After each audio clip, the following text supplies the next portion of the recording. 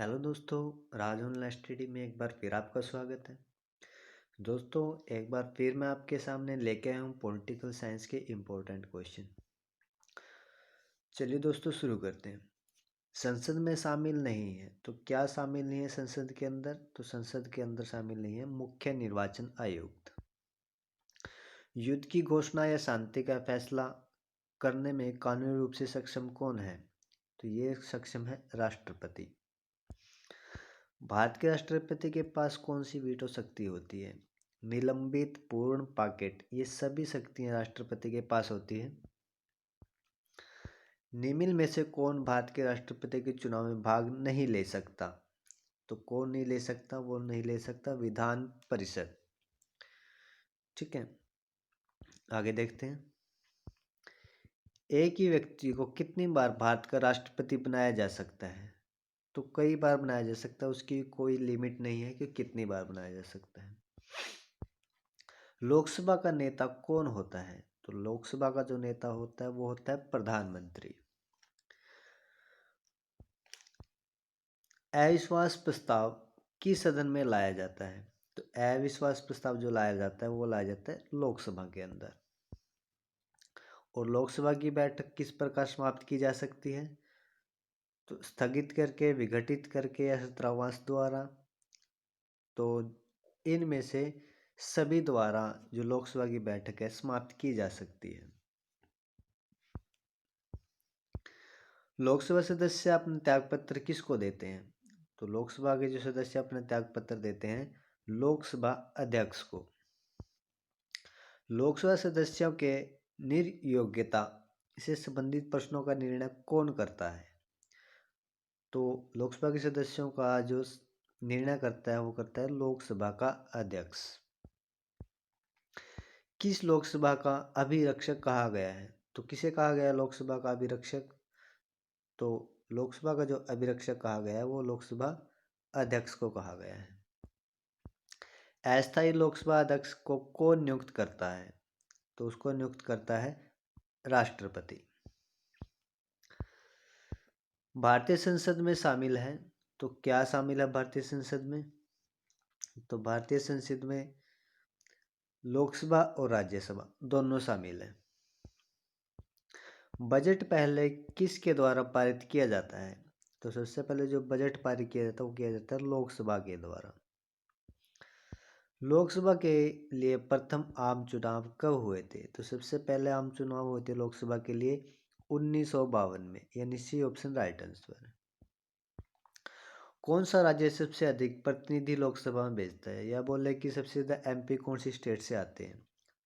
ठीक है, तो वो आते हैं उत्तर प्रदेश से।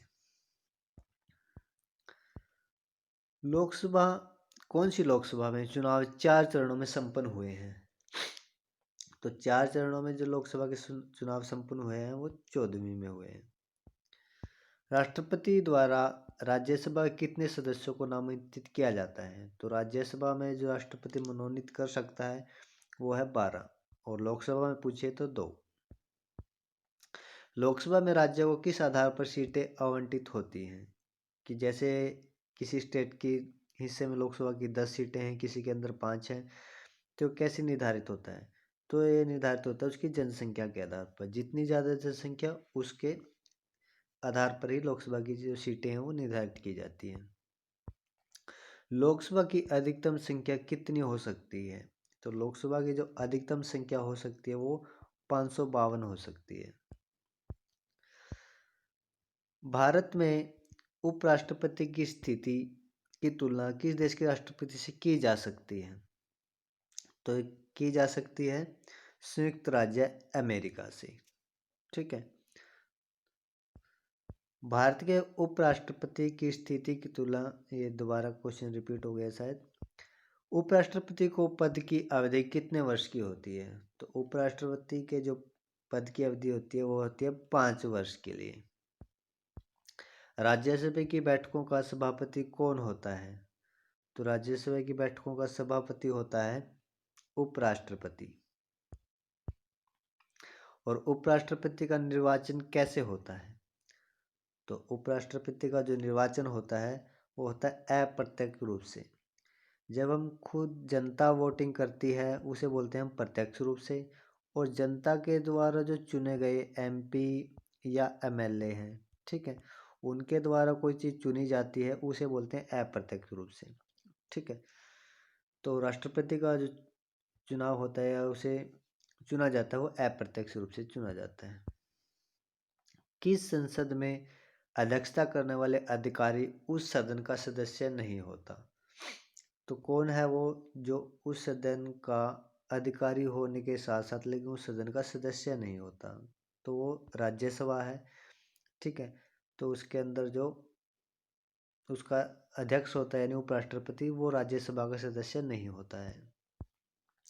राज्यपाल के बैठकों की अध्यक्षता कौन करता है? तो उनकी अध्यक्षता करता है उपराष्ट्रपति। किसी धन विधेयक के पारित होने में राज्यसभा अधिक से अधिक कितनी देरी कर सकता है? तो ज़्यादा से ज़्यादा कितने दिन रोक सकता है उस बिल को? 14 दिन तक रोक सकता है। उपराष्ट्रपति का निर्वाचन किसके द्वारा होता है? तो उपराष्ट्रपति का जो निर्वाचन होता है वो होता है संसद के द्वारा। भारत में किसकी स्वीकृति के बिना कोई भी सरकारी खर्चा नहीं किया जा सकता? तो किसकी स्वीकृति चाहिए? संसद की। कौन जनता द्वारा प्रत्यक्ष रूप से निर्वाचित सदस्य है? तो जनता द्वारा जो निर्वाचित है वो लोकसभा है, यानी एमपी जनता उनको चुन को भेजती है। राज्यसभा का सभापति कौन होता है? तो राज्यसभा का सभापति होता है उपराष्ट्रपति। राज्यसभा में किस प्रकार के प्रतिनिधि की संख्या अधिक है? तो सबसे ज़्यादा जो सीटें हैं कौन सी स्टेट से आती है राज्यसभा की? तो वो होती है उत्तर प्रदेश की। एमपी की भी उत्तर प्रदेश की, और अगर लोकसभा की पूछे तो भी उत्तर प्रदेश से ज़्यादा सीटें हैं, और राज्यसभा की पूछे तब भी उत्तर प्रदेश से ज़्यादा सीटें हैं। भारत के प्रथम उपराष्ट्रपति कौन थे? तो ये थे डॉक्टर एस राधाकृष्णन। और भारत के उपराष्ट्रपति के पद पर 2 बार कौन रहा था? तो सबसे ज़्यादा 2 बार लगातार रहा था, वो रहा था डॉक्टर एस राधाकृष्णन। भारतीय संघ में किसी प्रकार के सम्मिलित करने का अधिकार किसे है? तो किसी भी राज्य को सम्मिलित करने का अधिकार जो है वो है संसद को।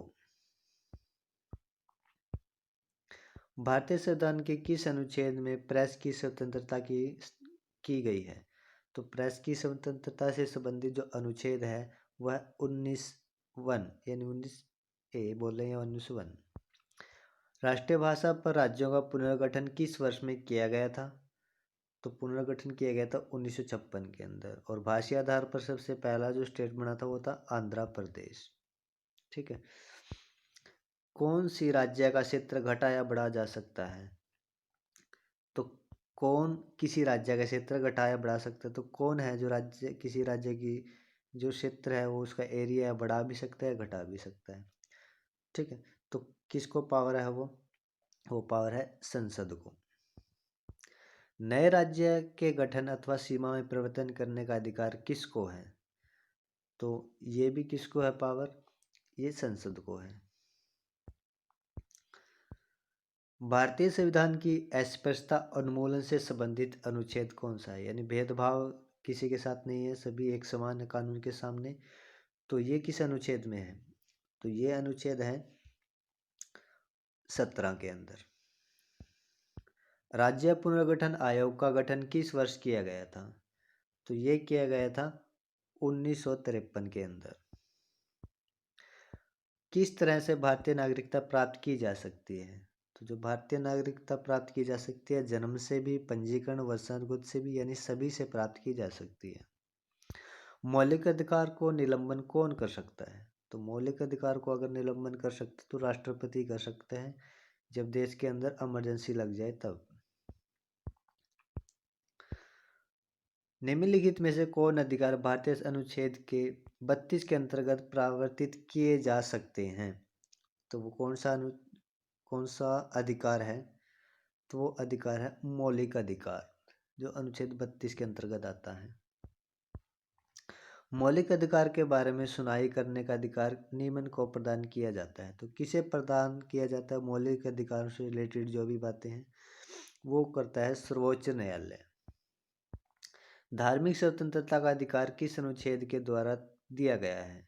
तो धार्मिक जो स्वतंत्रता है यानी किसी भी धर्म को मान सकता है, तो वो किसके अंदर है? वो है अनुच्छेद 25 के अंदर।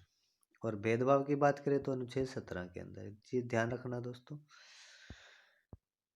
समादेशों में से कौन सा समादेश किसी अवैध व्यक्ति से सरकारी पद को बचाने के लिए जारी किया जाता है? तो कौन सा है? वो है अधिकार परीक्षा। भारत की संचित निधि से धन निर्गमन किसका नियंत्रण होता है? ठीक है, तो धन संचित निधि पर जिसका नियंत्रण होता है उसे हम बोलते हैं संसद का नियंत्रण होता है, क्योंकि यहीं से जितने भी सरकारी खर्चे हैं इसी संचित निधि से ही निकल के वो सारे खर्चे किए जाते हैं। किसी संसद सदस्य की अयोग्यता के संदर्भ में निर्णय कौन करता है कि ये सदस्य अयोग्य है? इसका निर्णय कौन करेगा? इसका निर्णय करेगा राष्ट्रपति। किस दल ने 2 वर्ष के समय से 2 प्रधानमंत्री दिए हैं? तो कौन सा दल था जिसके पार्टी से 2 प्रधानमंत्री दिए गए थे? तो वो थे जनता पार्टी। ठीक है, यानी लगातार 2 वर्ष में 2 प्रधानमंत्री जनता पार्टी के बने थे। भारतीय संविधान के अनुसार तथ्यात्मक संप्रभुता निवास करती है, तो किस में निवास करती है? तो यह संप्रभुता जो है वो प्रधानमंत्री में निवास करती है। भारत में शक्तियों का प्रमुख उभरता केंद्र क्या है? तो उभरता जो केंद्र है वो है प्रधानमंत्री, जिसके पास भारत की शक्तियाँ होती हैं। संसदीय शासन प्रणाली में वास्तविक कार्यपालिका शक्ति किसके पास होती है? तो कार्यपालिका की जो शक्ति होती है वो होती है प्रधानमंत्री के पास। और कौन भारत में प्रशासन में विधायी तंत्र का एक साधन नहीं है? तो एक साधन नहीं है वो सदन का विघटन, यानी संसद को भंग करना। भारतीय संघ का मंत्रिपरिषद सामूहिक रूप से जिम्मेदार होता है। किस चीज़ के लिए जिम्मेदार होता है? वो लोकसभा के लिए जिम्मेदार होता है, जो मंत्रिमंडल सामूहिक होता है। मंत्रिमंडल की बैठक की अध्यक्षता कौन करता है? तो इसकी जो अध्यक्षता करता है वो करता है प्रधानमंत्री। संघीय मंत्रिमंडल की बैठक का सभापति कौन करता है? तो शायद क्वेश्चन रिपीट हो, सॉरी, हाँ, संघीय मंत्रिमंडल की बैठक का सभापति कौन करता है? तो संघीय मंत्रिमंडल का भी कौन होता है? प्रधानमंत्री होता है। प्रधानमंत्री की नियुक्ति राष्ट्रपति करता है, ये किस अनुच्छेद में वर्णित है? तो कौन सा अनुच्छेद के अनुसार राष्ट्रपति की नियुक्ति का जो प्रावधान है, कौन सा अनुच्छेद है? वो अनुच्छेद है 75। यथार्थ में कार्यपालिका की समस्त सत्ता निम्नलिखित में से किस में निहित होती है? तो किस में निहित होती है कार्यपालिका की समस्त सत्ता? तो वो निहित होती है मंत्रिमंडल के अंदर, यानी ए ऑप्शन राइट आंसर। मंत्रिपरिषद का अध्यक्ष कौन होता है? तो मंत्रिपरिषद का जो अध्यक्ष होता है वो प्रधानमंत्री होता है। मंत्रिपरिषद बोले, मंत्रिमंडल बोले। मंत्रिपरिषद में कितने स्तर के मंत्री होते हैं? तो इम्पोर्टेंट क्वेश्चन है, इसके अंदर होते हैं 3 तरह के मंत्री, यानी एक कैबिनेट, और दूसरा फिर स्टेट के राज्य मंत्री जो स्वतंत्र प्रभार है, और फिर स्टेट के प्रधानमंत्री, सॉरी, स्टेट के मंत्री जो स्वतंत्र प्रभार नहीं होता है। ठीक है, 3 तरह के होते हैं। मंत्रिपरिषद में निम्नलिखित में से कौन शामिल नहीं करता है? तो कौन शामिल नहीं करता है? तो इसमें संसदीय सचिव है जो मंत्रिपरिषद में नहीं आता है, बाकी आते हैं ये उप मंत्री, राज्य मंत्री या कैबिनेट मंत्री। भारतीय संविधान में निम्नलिखित में से किस पद का उल्लेख नहीं है? तो कौन सा पद है वो जिसका? वह उप प्रधानमंत्री का। ठीक है, इंपॉर्टेंट क्वेश्चन है। तो उप प्रधानमंत्री का संविधान में कोई उल्लेख नहीं है। और राज्य के अंदर जो उप सीएम बोल रहे हैं, ठीक है, तो वो भी संविधान के अंदर नहीं आता है। तो उप प्रधानमंत्री सेंटर की बात करें तो वो भी संविधान के अंदर कोई उल्लेख नहीं है इसका। वो पार्टियां अपने फ़ायदे के लिए ऐसी जो पोस्ट है वो क्रिएट कर देती हैं। और वैसे ही स्टेट के अंदर भी जो उप मुख्यमंत्री है उसका संविधान के अंदर कोई प्रावधान नहीं है। भारत के प्रथम उप प्रधानमंत्री कौन थे? तो उप जो प्रधानमंत्री थे भारत के पहले, वो थे सरदार वल्लभ भाई पटेल। कौन सा एक प्रस्ताव भारत में मंत्रिपरिषद रख सकती है? तो कौन सा प्रस्ताव है जो मंत्रिपरिषद रख सकता है? कौन सा प्रस्ताव है? वो है विश्वास प्रस्ताव। भारतीय संविधान में अनुच्छेद 74 और 75 किन विषयों पर विचार करते हैं? तो दो अनुच्छेद हैं 74 और 75, तो किससे रिलेटेड हैं? वो है मंत्रिपरिषद से, ठीक है। और 75 के अंदर प्रधानमंत्री की नियुक्ति से। संघीय मंत्रिपरिषद अपने आचरण के लिए किसके प्रति उत्तरदायी होता है? तो ये होता है लोकसभा के प्रति उत्तरदायी। संघीय मंत्रिमंडल के मंत्री उत्तरदायी होते हैं किसके लिए प्रति उत्तरदायी होते हैं? तो ये उत्तरदायी होते हैं केवल लोकसभा के प्रति। स्वतंत्र भारत के प्रथम लोकसभा अध्यक्ष कौन थे? तो ये थे गणेश वासु मालवशंकर। लोकसभा का सचिव किसके प्रत्यक्ष पर्यवेक्षण नियंत्रण में कार्य करता है? तो लोकसभा का जो सचिवालय है तो वो कार्य करता है किसके नियंत्रण में? लोकसभा के अध्यक्ष के नियंत्रण में। कौन लोकसभा के अध्यक्ष कभी नहीं रहे? तो कौन नहीं रहे? तो वो है के सुंदरम, जो लोकसभा के कभी अध्यक्ष नहीं रहे हैं, बाकी सभी रहे हैं। कौन विधायक धन विधायक है और नहीं इसका विनिश्चित अंतिम रूप से कौन करता है? कि कोई जो विधेयक है वो धन विधेयक है या नहीं है, तो ये कौन निश्चित करता है? तो ये निश्चित करता है लोकसभा का अध्यक्ष। लोकसभा के विपक्ष के किसी दल के नेता को रूप में मान्यता किसके द्वारा दी जाती है? कि एक पार्टी है, अपोजिशन में है, विपक्षी दल है, तो उसका जो नेता है उसकी जो मान्यता है वो कौन देगा उसको कि ये अपोजिशन का लीडर है? तो वो देगा लोकसभा का अध्यक्ष, ठीक है। लोकसभा अध्यक्ष अपना इस्तीफा भेज सकता है, किसे भेज सकता है लोकसभा का अध्यक्ष अपना इस्तीफा? तो वो भेज सकता है उपाध्यक्ष को। जिस समिति की सिफारिश पर भारत में पंचायती राज की स्थापना की गई उसका अध्यक्ष कौन था? तो वो था बलवंत राय मेहता जो समिति थी, ठीक है। तो उसका अध्यक्ष था बलवंत राय मेहता, जिससे पंचायती राज की स्थापना हुई है। जिला परिषद का मुख्य कार्य क्या है? तो जिला परिषद का जो मुख्य कार्य है समन्वय एवं पर्यवेक्षण। ग्राम पंचायत का निर्वाचन करना निर्भर करता है किसके ऊपर निर्भर करता है? ग्राम पंचायत का निर्वाचन करना तो निर्भर करता है राज्य सरकार पर। 1977 में राज्य व्यवस्था की समीक्षा के लिए गठित समिति की मध्यस्थता किसने की थी? तो ये की थी अशोक मेहता ने 1977 के अंदर। पंचायती राज प्रणाली में ग्राम पंचायत का गठन होता है किस स्तर पर होता है? पंचायती राज प्रणाली में ग्राम पंचायत का गठन तो ये होता है ग्राम स्तर पर। पंचायती राज प्रणाली कहाँ नहीं है? ठीक है, इंपॉर्टेंट क्वेश्चन है, कहाँ पे पंचायती राज प्रणाली नहीं है? तो ये है अरुणाचल प्रदेश। भारत में पहला नगर निगम कहाँ स्थापित हुआ था? तो ये हुआ था चेन्नई के अंदर। यदि पंचायत भंग होती है तो किस अवधि के अंदर निर्वाचन होंगे? तो कितने समय के बाद इलेक्शन हो सकते हैं? 6 महीने के बाद। पंचायती राज संस्थाएं अपनी निधि हेतु निर्भर करती हैं, तो क्या निर्भर करती हैं? तो संपत्ति कर, विशेष कर, स्थानीय कर या सरकारी अनुदान पर। तो वो करती हैं सरकारी अनुदान पर। पंचायती राज पर राज्य सरकार का प्रतिनिधित्व कौन करता है? तो पंचायती राज पर राज्य सरकार का जो प्रतिनिधित्व करता है वो करता है ग्राम का मुखिया। और पंचायती राज के संस्थान के अधिकतम आय का स्रोत क्या है? तो पंचायती राज की आय का जो स्रोत है वो है सरकारी अनुदान, यानी सरकार की तरफ से जो ग्रांट आती है। पंचायती चुनाव के लिए उम्मीदवारों की न्यूनतम आयु सीमा कितनी होनी चाहिए? तो इसके लिए चाहिए 18 वर्ष की।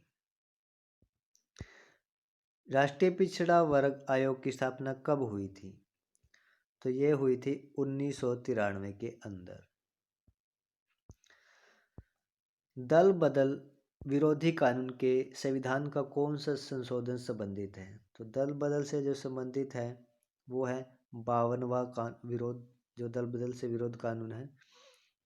तो कौन सा संशोधन हुआ था? वो 52वां संशोधन हुआ था। ठीक है, आगे है, निम्नलिखित संविधान संशोधन में से कौन संसद के पक्ष परिवर्तन के करने में निषिद्ध करता है? तो कौन संसद के पक्ष परिवर्तन करने में निषेध करता है? तो वो कौन सा जो संविधान का संशोधन था? तो वो था 52वां। किसी क्षेत्र को अनुसूची और जनजाति क्षेत्र घोषित करने का अधिकार किसे है? तो ये अधिकार है सिर्फ राष्ट्रपति को, जो किसी भी क्षेत्र को अनुसूचित या जनजातीय क्षेत्र घोषित कर सकता है।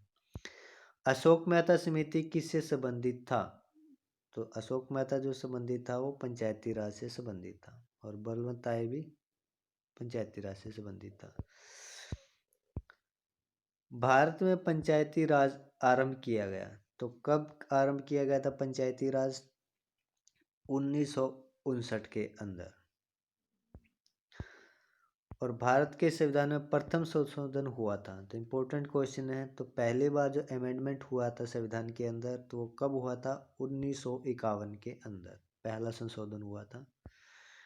और किस संविधान संशोधन अधिनियम द्वारा वयस्क मताधिकार की आयु 21 वर्ष से घटाकर 18 वर्ष कर दी गई है? तो कौन सा संशोधन था जिसके अंदर ये आयु सीमा कम कर दी थी? तो वो संशोधन था 61वां। उसके बाद है 42वें संविधान संशोधन द्वारा जोड़ा गया नया अनुच्छेद अबंधित है।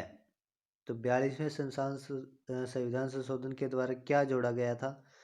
तो उसके अंदर जोड़ा गया था मूल कर्तव्यों से संबंधित है, जो नया अनुच्छेद जोड़ा गया था।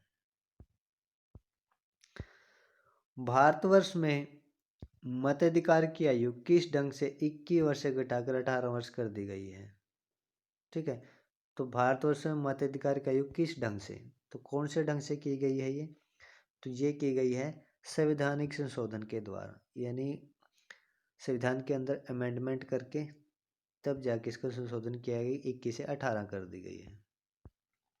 वह संविधान संशोधन कौन सा है जिसके द्वारा राजनीतिक दल बदल पर प्रतिबंध लगाया गया है? तो पीछे भी क्वेश्चन आ चुका है, दल बदल पर जो रोक लगाई गई है, तो वो कौन सा संशोधन हुआ था? वो हुआ था 52वां संशोधन, 1985 के अंदर हुआ था ये। ठीक है, भारतीय संविधान के संशोधन में से कौन सा संशोधन केंद्रीय मंत्रिमंडल के आकार को सीमित करता है? ठीक है, कि जैसे किसी की सरकार बनी, उसके अंदर एक प्रधानमंत्री है, उसके अंदर कैबिनेट में मंत्री हैं, ठीक है, इस तरह से। तो कौन सा संशोधन हुआ था जैसे केंद्रीय मंत्रिमंडल के आकार को सीमित कर दिया कि इससे ज़्यादा जो कैबिनेट के मंत्री नहीं हो सकते, उसकी लिमिटेशन निश्चित कर दी थी। तो कौन सा संशोधन हुआ था? वो 51वां संशोधन हुआ था। संविधान संशोधन कितने प्रकार से किया जा सकता है? तो कितने प्रकार से किया जा सकता है? वो किया जा सकता है 3 प्रकार से संशोधन है, जो यानी बी ऑप्शन इसका राइट आंसर है। ठीक है, तो दोस्तों ये कुछ क्वेश्चन थे जो इम्पोर्टेंट क्वेश्चन थे, तो वो मैं आपके लिए लेके आया था। वीडियो अगर आपको अच्छी लगे तो लाइक शेयर और सब्सक्राइब कीजिए। मिलते हैं नेक्स्ट वीडियो में।